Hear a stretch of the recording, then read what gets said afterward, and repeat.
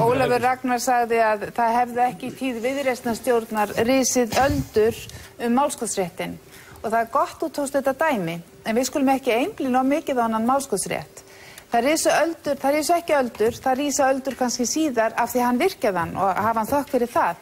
En ég legg til að við snúum líka aðeins að því sem skiptir máli, að það sé ekki endalaust verið að tala þessa afstöðu til málskotsréttar, því að það ein valdheimild sem forseti hefur til þess að virkja vald fólksins til að hafa loka ákvörðun.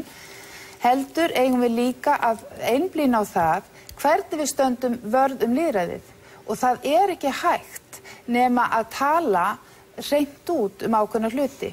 Það engin krafa það að temprun valds eða aðhald með valdi sé í því fólgið að tipla á tánum í kringum þingið.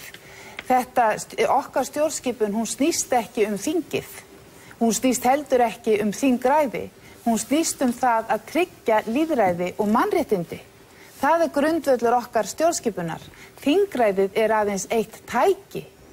Þingræðið bara tæki og leið til þess. Þannig að það er svo ofur áherslur í þessari umræðu frá því að horfa á það að þegar ég talaði það áðan við stæðum á tímamótum og við værum í mikilli óvissu að það ónýt stjórnmálamenning. Og hvað þýðir það?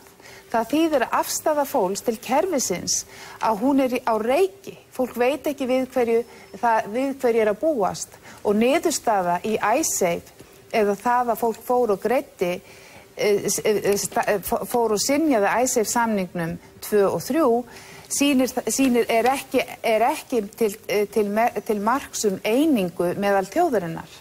Það sem þarf að sameina þjóðina, þjóðin getur ekki sameinast nema að hún viti það að í kjölfar hrunsins séu sanngjarnar leikreglur. Og það það sem við erum að leita núna, sanngjarnar leikreglur í okkar samfélagi.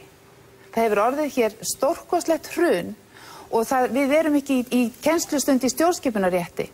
Málskotsrétturinn, hann þarna í 27. greinin, hann blasir við og hann svona. Valdið frá fólkinu og það ber að túlka stjórnarskrána út frá lýðræðinu. Ég sammála Herdísi því. Ari, Trausti ætlaði að fá að svara líka.